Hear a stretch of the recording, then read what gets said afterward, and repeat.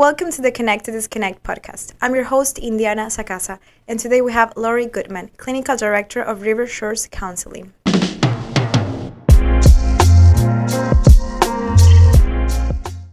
Hi, Lori. Hi. How are you? I'm good.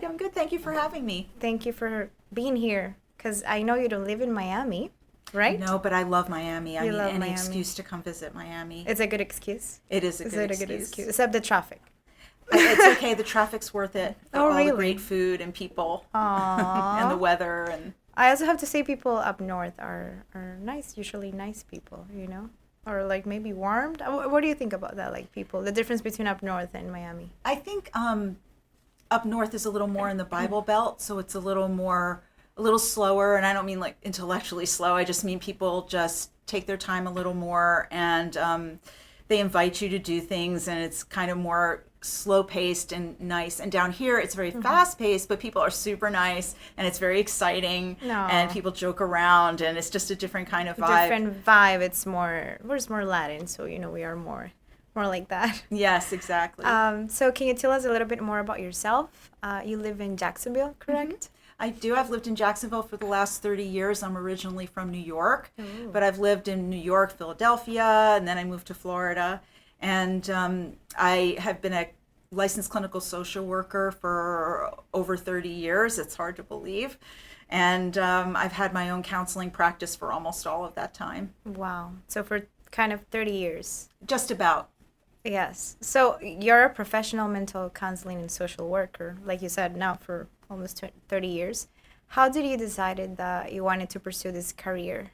Or if you lived something in your life, or how you were like motivated to pursue this? Well, that's very funny because I really wasn't motivated at all to pursue this. When I went to college, I studied, I really didn't know what I wanted to do, like a lot of young people, and I was just very interested in political science. So I studied, I majored in political science, and everyone asked me if I was going to be an attorney, and I really didn't have a desire to be an attorney at that time, and I was just enjoying the learning. But on the side, I was volunteering to work the suicide hotline for the school, and I was writing columns for advice columns for the school, and doing a lot of volunteering in the mental health field. And it kind of a light bulb went off after I graduated that maybe this is what I should be doing professionally. Wow. And then I went to graduate school for social work, and it was just a great experience. I felt like I'd really circled around and found my calling. For how long did you volunteer doing that, the suicide? I did it all through college, so all 4 years. Wow. And then I worked leading that program for a year after I graduated, and then went on to grad school. So you had to like listen to like people were calling, and you were on the phone like trying to help them, or how did that work? Yeah, we talked to students who were suicidal. Wow. And we counseled them and tried to help them and referred them to a higher level of care. So we had shifts, morning, noon, and night, and you would take your shift. Was there a lot of people? Well, my school was pretty big, so Wow. I mean, there were nights we didn't have any calls, but then there were nights we had a lot. It's interesting because I've always thought like that it's more recent, and I feel in the last few years, I don't know if there's research or that mentions that now it's more volume of people that want to have those thoughts or want to commit suicide than before, or do you feel it's kind of the same, but maybe now it's more social media, so now we're more... I think so. I think that I don't know the exact statistics for suicidal attempts or but I do think that with social media, and also the good thing is that mental health has become more accepted. Taking care of your mental health, talking about your feelings, that's definitely better than it was when I was coming up. So maybe we're seeing more of that wasn't noted. People maybe kept more to themselves and had those feelings. Interesting that you mentioned that, because I'm actually very interested in that. Not interested, but it's like it hurts my heart a lot when I hear about suicide people, especially the young people. I have a nephew who lives. I'm from Nicaragua, and he actually mentioned to me that 2 of his friends had committed suicide this year. And for me, it's like that doesn't, it's like, for me, it's actually, how can I help?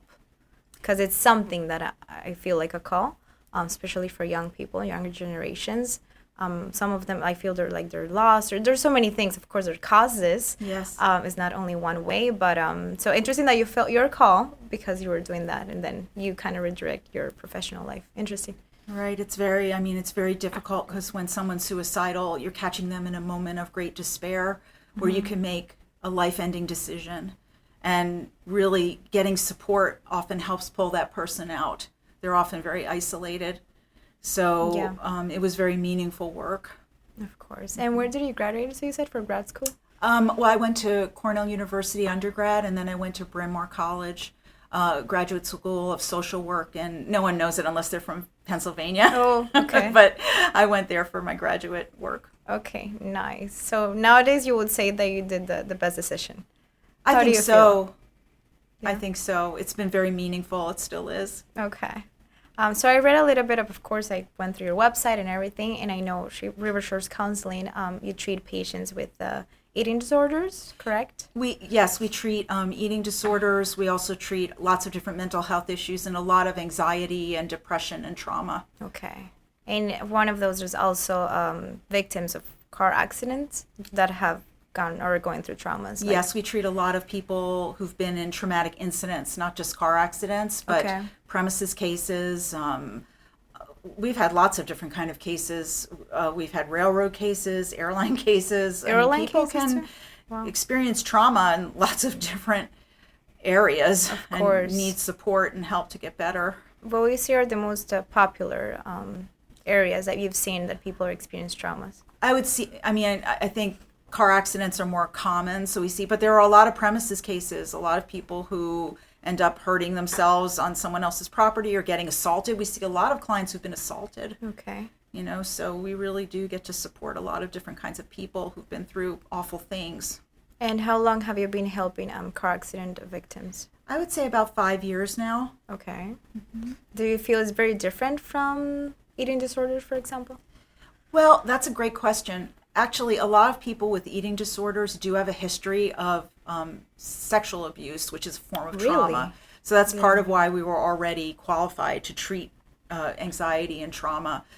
But this type of anxiety or other, feelings rising from accidents, you can use similar ways of treating them. So it's an overlap, but not quite the same. And we do also treat sexual assault cases, clients who've been sexually assaulted. So it was helpful to have that background. Of course. So it was not as hard for you because you already have all this experience. Yes. So interesting. So people that have eating disorders have had maybe sometimes some type of sexual... It's common, not necessarily true, but it's a higher percentage, unfortunately. I would never have thought about that. Well, eating disorders are, and we don't have to get too much in the weeds about this, but eating disorders are really a symptom, not the problem. They're a symptom. They're a way of coping with deep, deep pain. And a lot of times that deep, deep pain is having trauma in your past. Interesting. I mean, I thought it was more of, comparing yourself with other people, trying to be the perfect, but of course that has something behind as well. It's not only that, right? Right. That's a big part of it. That's a big part of it, for sure. Wow, interesting. What will you say for these car accident victims that they can notice? Like sometimes they might say, "Oh, I'm okay. I'm doing fine. I'm just a little stressed," right? What will you say is the difference between just being stressed after a car accident and actually having PTSD symptoms? That's interesting because I do meet a lot of people that really don't understand the diagnoses around the different symptoms you can have after a car accident. And not everyone does have post-traumatic stress disorder. That is a very major diagnosis. I mean, they give that diagnosis to soldiers who've been in combat and rape victims. So you really have to meet a certain criteria to have post-traumatic stress disorder. Okay. Having flashbacks, nightmares, panic attacks for a period of 6 months to a year, 2 years. And so you can also, though, have panic disorder. So if you know people who've been in a car accident and they start to panic when they get in the car, they have a startle response, or they don't want to avoidant disorder, like avoiding driving. That's not PTSD, but it's still debilitating. I mean, those are symptoms that a lot of people think we just slap a PTSD diagnosis on everybody, and that's really not true. Okay. But it doesn't mean the client doesn't need help. Of course. So what will you say are the most common, not the symptoms, but diagnose for car accident victims, since not always is PTSD? What are the other ones? I would say panic disorder is very commonly diagnosed. Generalized anxiety disorder. Sometimes clients can't even leave their house after an accident, or they can't get to medical appointments because they're so afraid after this incident. There's also adjustment disorder with depressed or mixed or anxious mood. So that is when something in particular has happened to you and it causes these symptoms. So an accident caused, you couldn't adjust to that. So there's lots of different ways we diagnose people. Interesting. Okay. And of course the way of treating PTSD, people that have been diagnosed with PTSDs and these other ones is different. Correct? Yes, they overlap. And we use a lot of, similar ways of treating. It's just that depending on the diagnosis. So for example, someone who's afraid to drive, we use something called exposure therapy, where we systematically expose them to the stressful trigger, which is getting in a car, driving past the scene, driving fast, driving on a highway. But you do it in a controlled way, and you develop supports to be able to get you to face those fears. You don't just get in the car and drive and panic until you feel better. That's not going to work. Don't do that. Yes. It's interesting that you said that, because I've only been in a kind of like a car, well, it was a car accident. Years ago, I was not the driver, I was a passenger. And the thing is that it was here in the highway, actually, in 836. It was like literally on the way to downtown.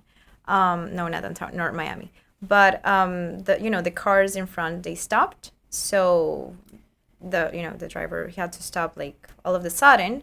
And the interesting part, I'm not sure if till this day, maybe yes, but since I'm driving, I avoid getting too close to the car at front. And that would happen, like, it was seconds. Nothing happened to me. It was only a few pain here and there, but I was okay. Yeah, good. Like nothing happened to us. But still till this day, whenever someone else is the driver and I'm the passenger, whenever they get too close to the car up front, I get like this, like I feel they're gonna hit them, and I feel like scared, Yep. And whenever I drive, I never want to be like bumped up, because I already lived in, that was like 9 years ago.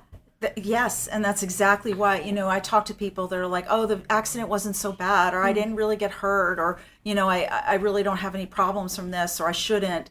And so I think a lot of people discount these symptoms. They think, oh, I shouldn't be having this, or it was such a minor accident, or I should be over this, but your case is so typical. I was telling you both before that the first case I ever had was somebody who had her accident 3 years before and was still having panic attacks because they couldn't get her any treatment, which is a whole other issue.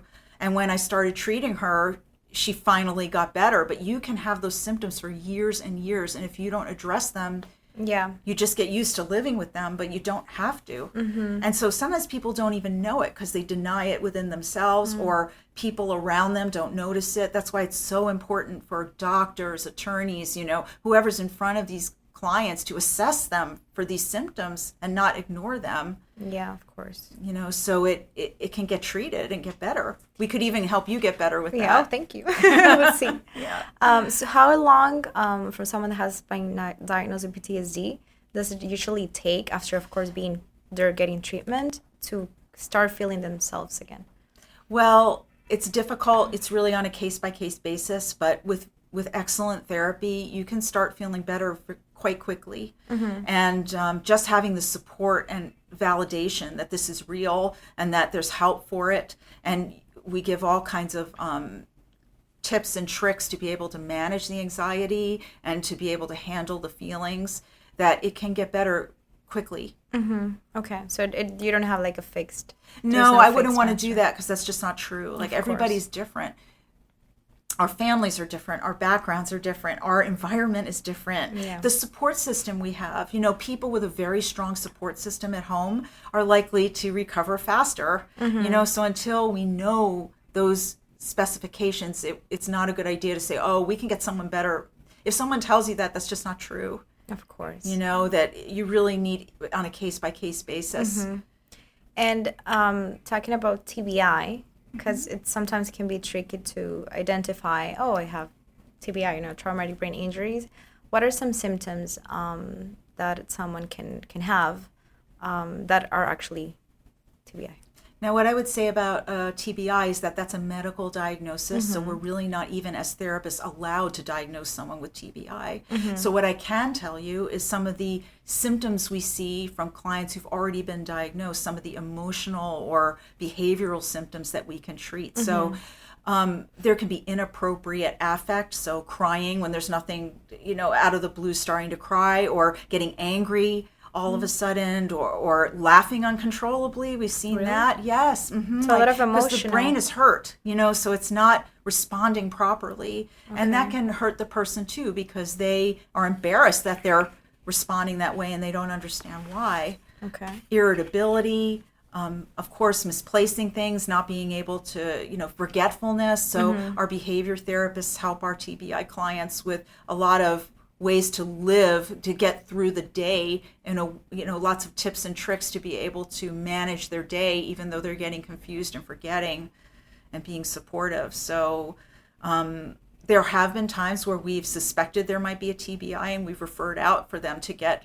diagnosed, for sure. Of course. Interesting. Didn't know about the emotional aspect. So you can either feel like super sad or start laughing, or it's, wow. I know, but think about it, your brain's so delicate. If it gets hurt, it kind of messes up your normal way of reacting. Yeah. Wow. Which is isolating. And for people that get diagnosed with TBI and they go to and they get a treatment with you to get better, of course this is clinical, but how long usually is that more like common, like having like a fix, like let's say a few months, or it also depends case by case? Well, I would say with a TBI, we're really helping them more with coping, and we're not doing the medical part to help them get better, but we're definitely helping them to cope and being supportive. And also, we were talking about suicidal feelings. It's very common to have suicidal feelings when you've had a TBI. Wow. We just had someone come to see us the other day who was saying, like, I just feel suicidal. I was never that way. And that was from the brain injury, for sure. So it's supportive and coping, and then healing as they heal. Wow, I mean, even suicidal thoughts. That's wow. No, right. I'm just like trying to. Because that's why people with TBI should get evaluated, of course, and support. Mental health support, because not only the medical aspect, but also the. And also, they're unlikely to sometimes to go to appointments. They can't get there. They're scared to go there. They feel confused. So with support from people like us, they're more likely to be able to figure out a way to do it. And how you're located in Jacksonville, I know. How hard has it, or how easy has it for you to get yourself known out there up north? Like, is there a lot of patients that you have that need treatment?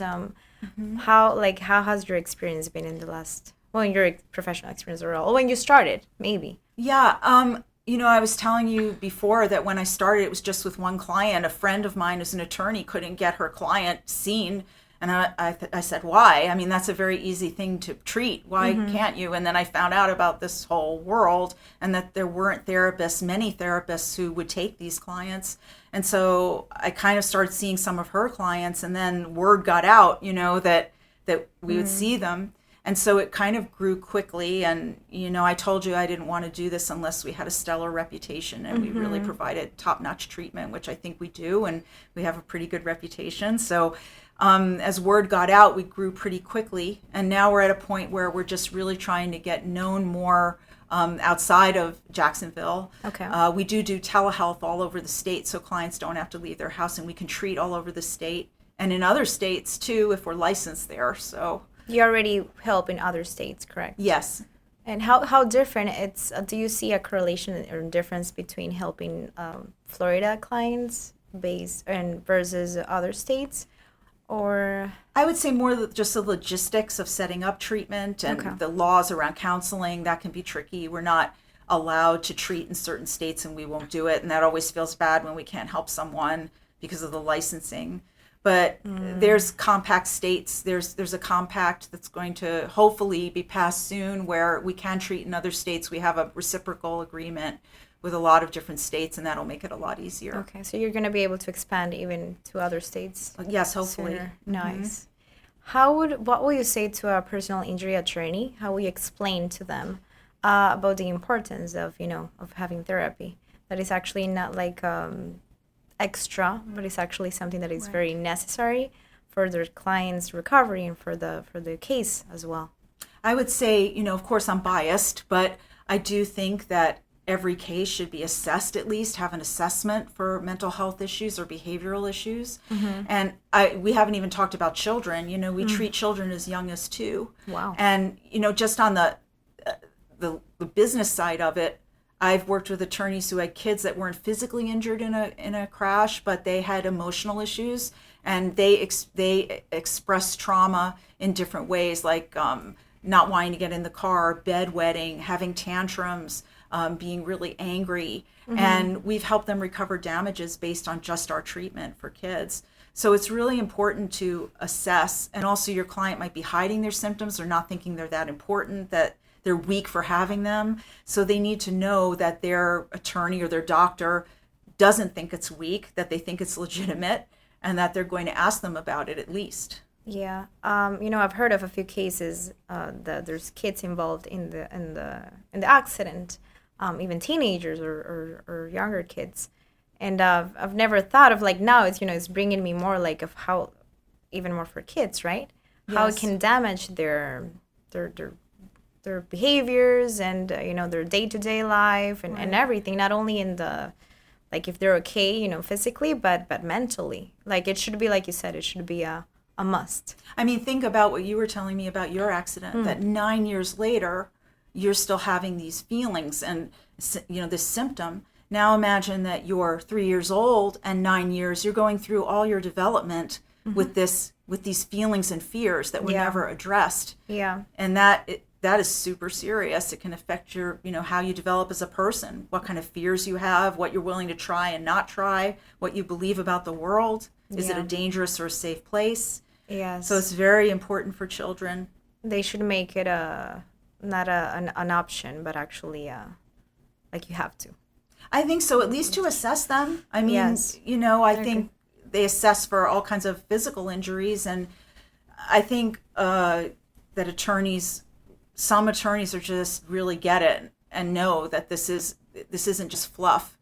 It adds value to their case, and also it helps their client, and it's more common. I have a lot of attorneys tell me, not a lot, but I do have them tell me that, this doesn't happen very much in our practice, but when it happens, we're glad to have you. And that's just not true. If they probably assessed their clients or did a mini intake, they would have more. They would have more, and the client would come out and say, actually, I am terrified to drive, or I'm startling in the car all the time, or I cry, I get in the car and I cry. Yeah. Or, I think this is something you should be taught, do you get invited to different, but even in schools, like colleges, giving the speeches about it is very important to put it out there.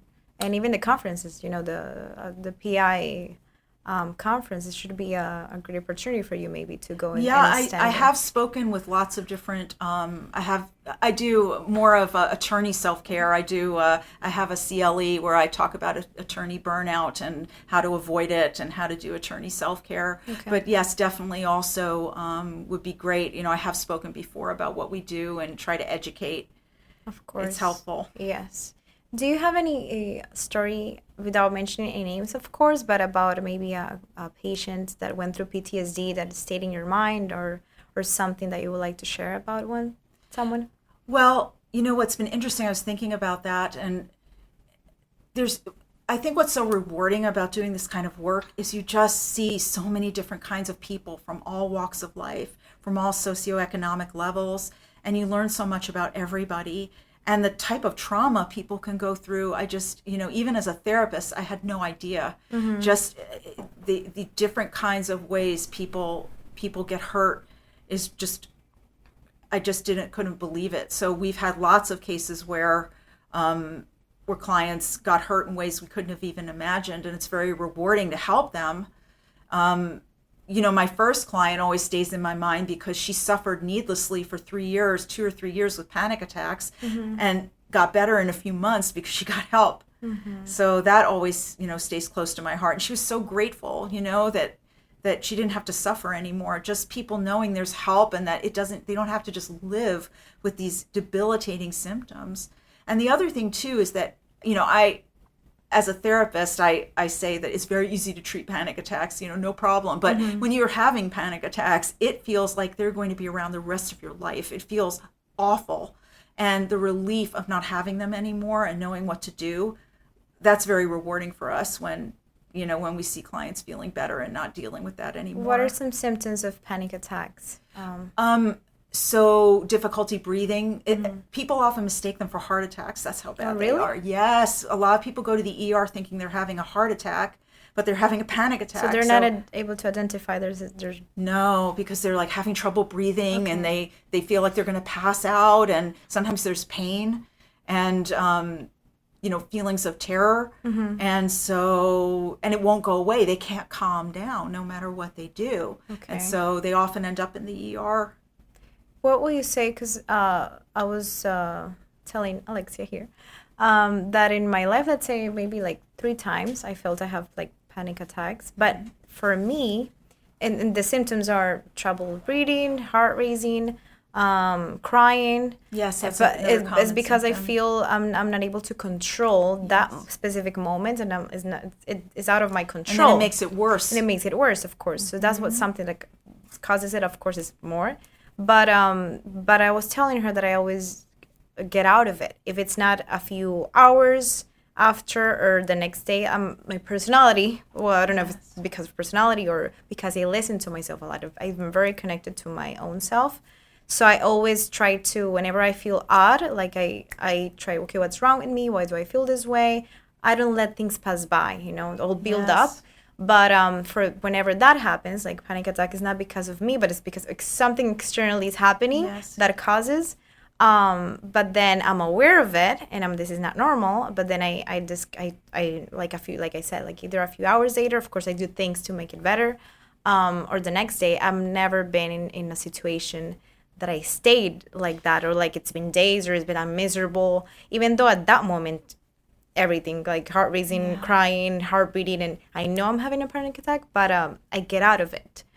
So is that still considered panic attack, or yes? What is? Yeah, okay. It even is. Though it's not shorter. You're already naturally doing a lot of the things that help with panic attacks.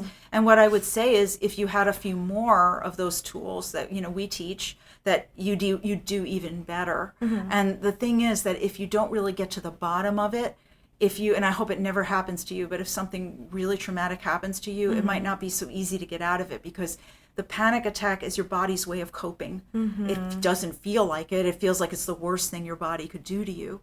But it's a fight or flight response when you're perceiving danger. And when you don't feel in control, it feels like danger. Correct. And so it's really good like to danger. have. Interesting. Yes, to have these skills. And again, it's not like a weakness. We all, if we are, if we're pushed enough, any person, myself, you, anybody, you will have a symptom to deal with it. Your body will kick in and protect you, either by getting deeply depressed. I mean, we've been talking a lot about anxiety, but depression is a way of protecting oneself also. It shuts everything down.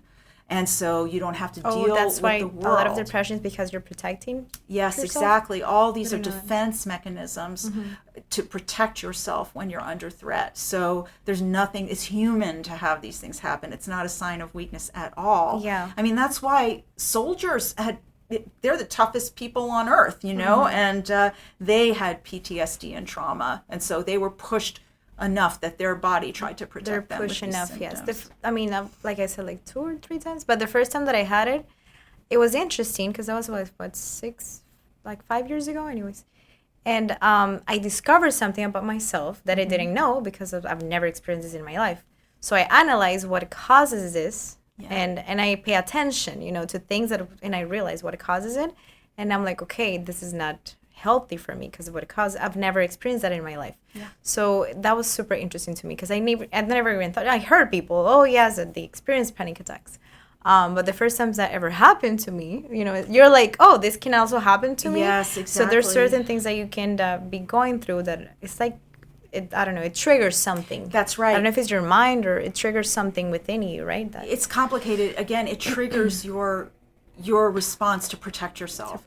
So something triggered you to feel in danger, and your body got you ready to run. I mean, think about it. The symptoms of a panic attack are like, when we were cavemen and women and we had a dinosaur running after us, we'd get these symptoms of a panic attack, racing heart,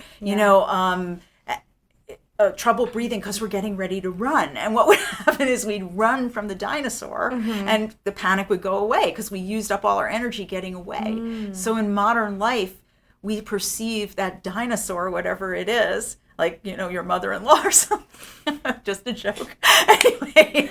So far, I haven't had that with a mother-in-law. Your mother-in-law. Hopefully, I have a very cool mother-in-law. Yes, good. No, nothing against your mother-in-law. Yeah. But, you feel this panic, and then you can't run. You don't run. And you're still stuck with these symptoms. Yes. Interesting that you said not of my mother-in-law. But the first person the first time that I felt this way, it was someone that I love, right? Yeah. So that I feel has a grade, because maybe if it's someone that I don't care as much, I'm like, whatever, and I continue. But if someone that you care, yes, you pay attention more to that person. So, but then I also love psychology too. Yeah. So I've learned a lot in my past relationships, and then I understand that person actually going through something that is hurting him, and then so they have their own mechanism or trying to express themselves, but turns out that mechanism specifically didn't work with me, because maybe they of course they needed they're going through hard situation and so on, but the way of expressing their emotions, maybe since I care about them, it caused me this, because it was like kind of miscommunication. And I realized that when I don't feel understood by someone that I love and I'm trying to explain, and the other person is like, everything that I'm saying is like, it goes through nothing. There's you have no control. We have no control. It's like we speak two different languages. I realized that it caused me something like this. It was the first time in my life, and I'm like, wow, because I care so much and I'm trying to make you feel better. And then you don't understand what I'm saying, and then so I feel attacked. And whenever I feel attacked and misunderstood and miscommunication, this happened. And I'm like, how this happened? I've never, it was so interesting to me. What I would tell you is that, you're very insightful, and that you were able to do that by yourself. A lot of people can't. Mm-hmm. And the other thing on top of it is that when you're in an accident, think about that dinosaur. Mm-hmm. We do exposure therapy where you face your fear. And so, if a dinosaur were trying to eat you, we wouldn't try to get you to pet the dinosaur. You would just run. Mm-hmm. So when people have been in an accident and they have this panic, their inclination is to avoid the thing that gave them panic. Mm-hmm. And it makes it worse. Mm-hmm. So it's a lot of getting over panic attacks from accidents is to face the fear with support, mm-hmm, and learn techniques for understanding why, mm-hmm, and questioning these irrational thoughts. Now, you didn't want to avoid the person you loved, and you were able to think it out. Mm-hmm. A lot of people need help to do that, especially after they've been in a traumatic event. They don't want to go anywhere near it. But it makes it worse, unfortunately. Mm-hmm. The sooner you face it with support, the sooner it gets better. That has to do with emotional intelligence. The fact of kind of like trying to identify yourself, why I went through this, how I went through this, why I feel this way, why that person is feeling this way, and trying to kind of understand. Yes, absolutely. And a therapist can be very helpful with that. Yes. Make it way easier, mm-hmm, to identify why you're going through all these things. Looking back at your career, what is one thing you would say trauma therapy has taught you about people? Well, I would say that for me, it's an honor to be able to be with people in the most vulnerable point in their lives, where they're being their authentic self and really sharing something that deeply, deeply affects them. We don't usually talk to people like that on a regular basis. So I, mm-hmm, find it to be very meaningful work.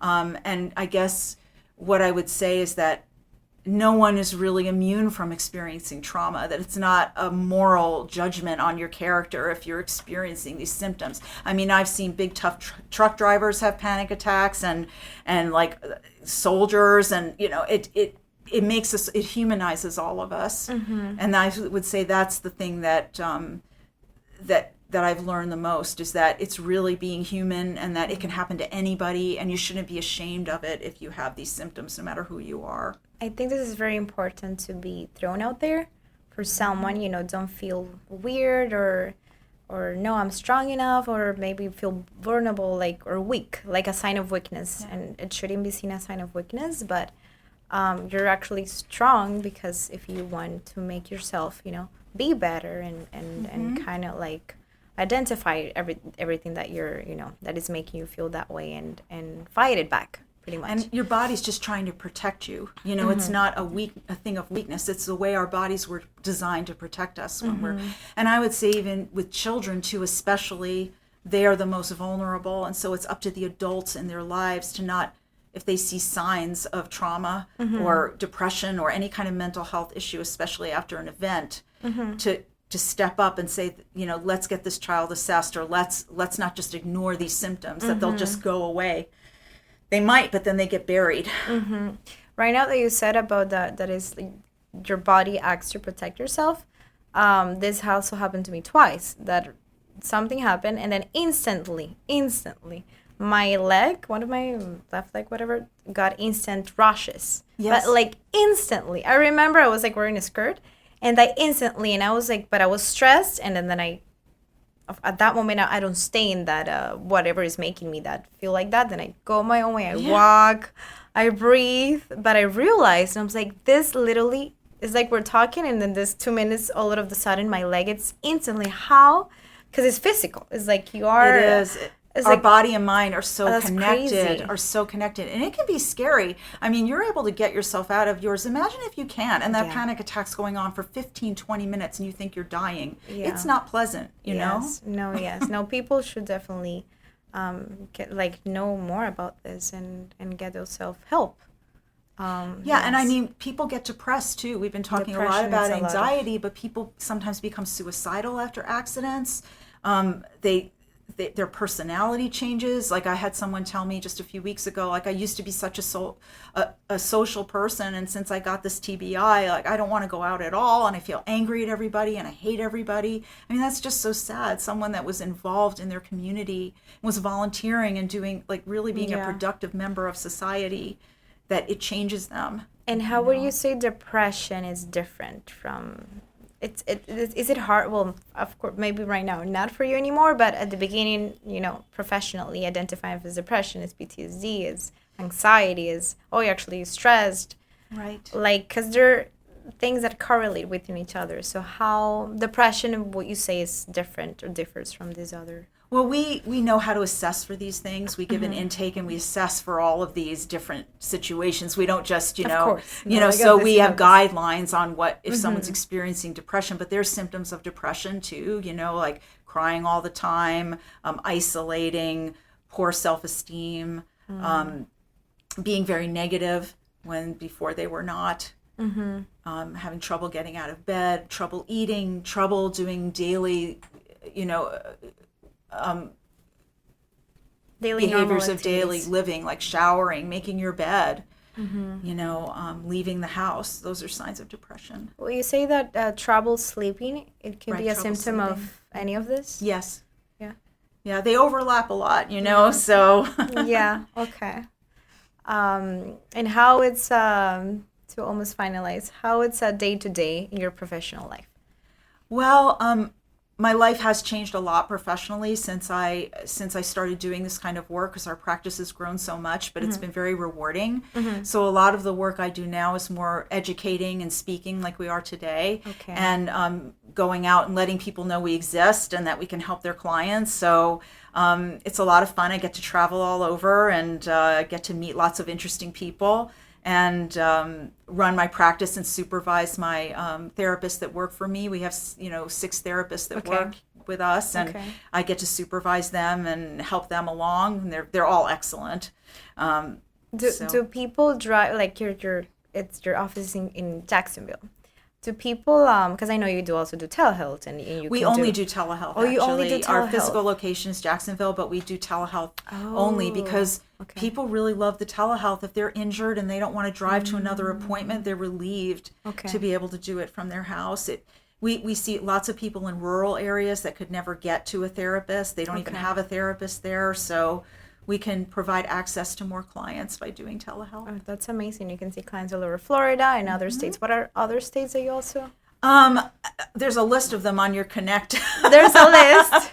What if you just mentioned so it just depends few? on the kind of therapy. Like our behavior therapists, they can treat nationally. There's just a few states they can't. The mental health counselors are a little more restricted. We have a child psychologist. So what is the difference between behavior and mental? So that's a great question. So we usually have a client see both a behavior therapist and a mental health counselor. So the behavior therapist treats behaviors that have been troublesome since the accident, like fear of driving, startling in the car, can't walk past the scene of the accident, can't get to work, can't do after a TBI, can't get things done in the house. So they do exposure therapy and help managing life after an incident. The mental health counselor helps, and the child psychologist helps with more emotional issues like feeling anxious, depressed. Your relationship is having trouble since this thing happened to you, can't get to work, or you feel like you're going to lose your job, more of the emotional parts of it. It's bringing up past trauma. That's the other thing too. Sometimes I think people are reluctant to refer to us because if the person had trauma in their past, they're worried that they're not going to be able to make a case. But usually, trauma can be exacerbated by an accident, and we document that this did exist in the past, but in this case, it was made worse by this traumatic event. Of course, build it up. Yes, exactly. So you can either cause it or it already existed, but it escalated. It brought it more to life. Exactly. Okay. Well, interesting. One thing that was interesting is you mentioned that depression was like a symptom of your body protecting itself, but most people that have depression feels like their body's like turning on themselves, right? Yes. Can you explain how depression works? Because it's one of the most complex. It's one of the things that is very common. Yes. And it happens to a lot of people also with any kind of accident, not just car accidents. Can you explain like that response from your body? Like why does your body feel like it's turning on yourself even though it's trying to protect yourself? That's a great question. So what I would say is just like with the anxiety, that it's like running from a dinosaur, you're kind of getting ready, fight or flight. Depression is, if you can imagine, I might be dating myself here, but they used to have this cartoons where there'd be this big switch and if you pull this one switch, everything shuts off. And that's what depression is. When you're feeling overwhelmed by the things that have hurt you, your body just shuts everything down to conserve. And so it shuts you down by making you not want to get out of bed, making you cry, not making you feel numb. That's a very common symptom of depression. But then you can't really function. But it's really designed to protect you, to shut everything off so you don't get overwhelmed.